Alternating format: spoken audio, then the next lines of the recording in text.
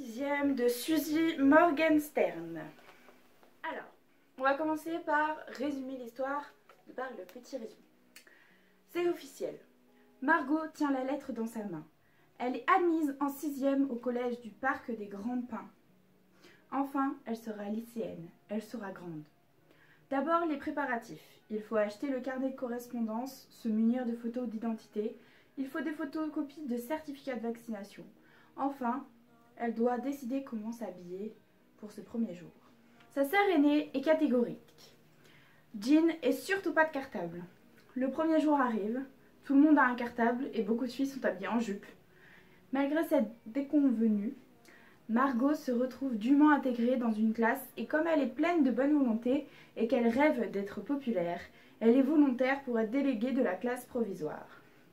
Margot est consciencieuse, bonne élève, habitée par plein de bonnes intentions. Elle va devenir déléguée élue par la classe et elle veut être responsable.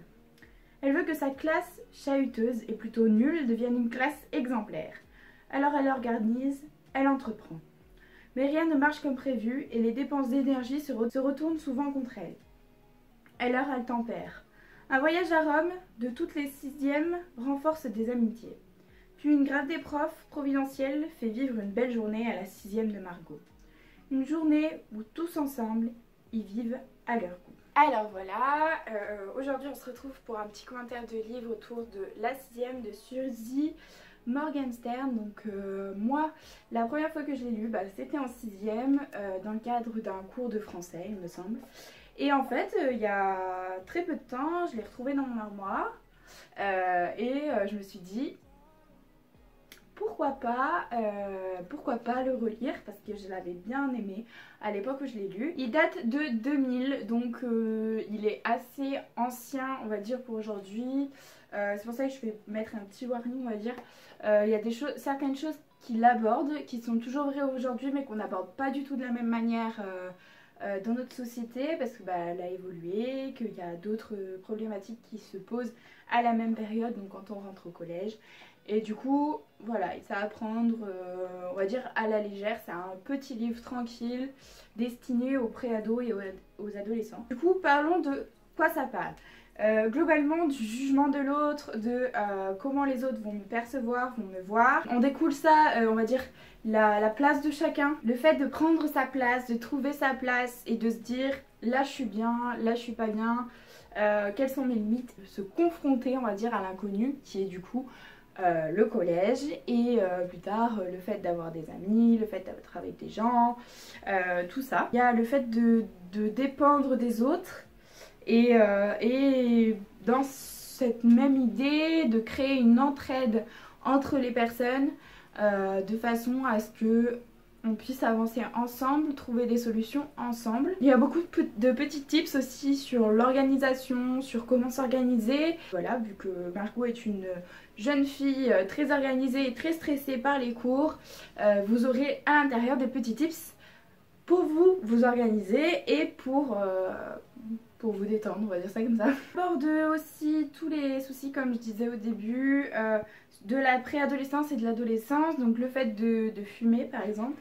Aujourd'hui il y a beaucoup de plus de prévention qu'en 2000 quand ça a été publié a priori. C'est encore le cas aujourd'hui où les jeunes sont incités par les plus âgés à tenter de fumer. Il y a le fait de sortir aussi. En sixième aujourd'hui, est-ce qu'on sort, est-ce qu'on sort pas? Le fait de faire des booms, de faire des petites sorties chez les uns, chez les autres. C'est quelque chose qui a été abordé, la crainte du refus des parents, la crainte de ne pas être habillé comme il faut pour aller dans ces soirées-là. Aussi la place des garçons, la place des filles, la relation les uns avec les autres, est-ce qu'on peut être amis, est-ce que amis n'existe pas, enfin il y a toute cette dimension-là qui est abordée.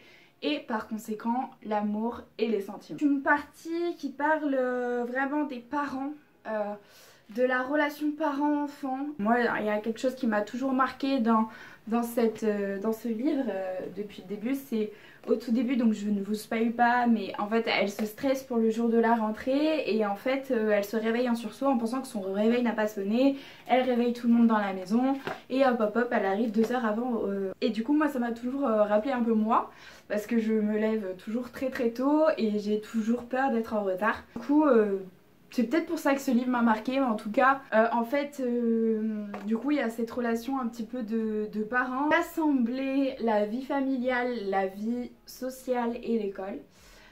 Et de dissocier, assembler et dissocier ces différentes parties. Comment dire, l'évolution psychologique, on va dire, entre l'enfance, l'école primaire et vraiment le collège, le lycée, où on entre vraiment dans l'adolescence. Donc c'est vraiment un livre conçu, on va dire, pour les gens qui rentrent en 6e ou 5e, on va dire CM2, 6e, 5e. Mais c'est vrai que le lire maintenant, moi ça m'a rappelé des souvenirs, mais est-ce que c'est vraiment... Je ne suis plus le public ciblé et ça se sent. Ce qui est intéressant dans ce livre, c'est qu'il est déjà facile à lire vu qu'il cherche à être accessible au plus grand nombre. Une bonne première lecture, donc quand on lit la première fois on comprend tout facilement.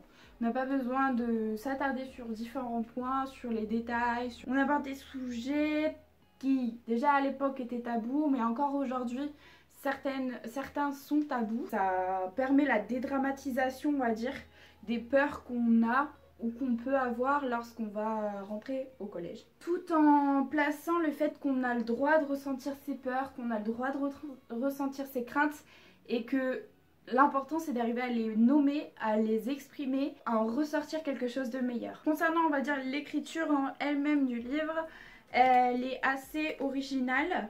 Au niveau de la description des scènes, comptez au L, mais on a beaucoup de jeux glissés, de dialogues. C'est un aspect que j'ai peut-être pas énoncé au niveau de quoi ça parle, mais en tout cas que moi j'ai aimé et que je trouve intéressant dans ce livre, c'est le fait de dédramatiser le fait que les élèves aiment l'école, ou peuvent aimer l'école. Pas tout le monde aime l'école, bien sûr, ça j'en suis complètement consciente, mais il y a beaucoup d'élèves aujourd'hui qui sont mis en pâture ou embêtés car ils disent et montrent qu'ils sont intéressés par l'école, qu'ils sont intéressés par la culture et qu'ils s'investissent là-dedans. Bah en fait c'est un droit d'aimer ou de ne pas aimer l'école et du coup dans ce livre on en parle plus ou moins parce que Margot est quelqu'un qui aime l'école mais qui du coup une partie des élèves vont être là en mode bah t'es une intello alors que bah pas forcément et ça c'est encore beaucoup trop présent en France. Je sais que dans d'autres pays ce n'est pas du tout le cas en fait, mais en France je ne sais pas pourquoi il y a cette sorte de culture que la personne qui aime l'école, qui a des bonnes notes, c'est une intello et elle doit être mise de côté.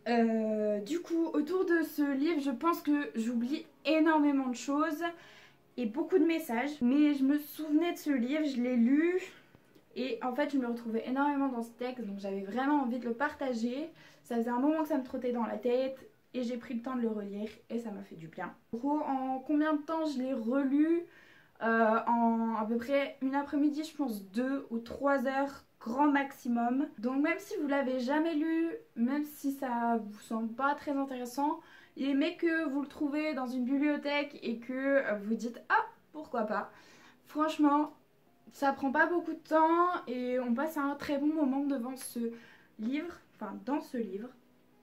Donc j'espère qu'il vous rappellera vous aussi votre période collège si celle-ci n'a pas été trop rude. Et du coup bah, pour ça je vous le conseille pour vous ou pour offrir à des personnes qui risquent de rentrer en 6e très prochainement. Je crois que je vous ai tout dit, j'espère que ça vous aura plu. Et puis on se retrouve très bientôt pour de nouvelles vidéos, commentaires de livres ou autres, je ne sais pas encore. Au revoir, au revoir, au revoir.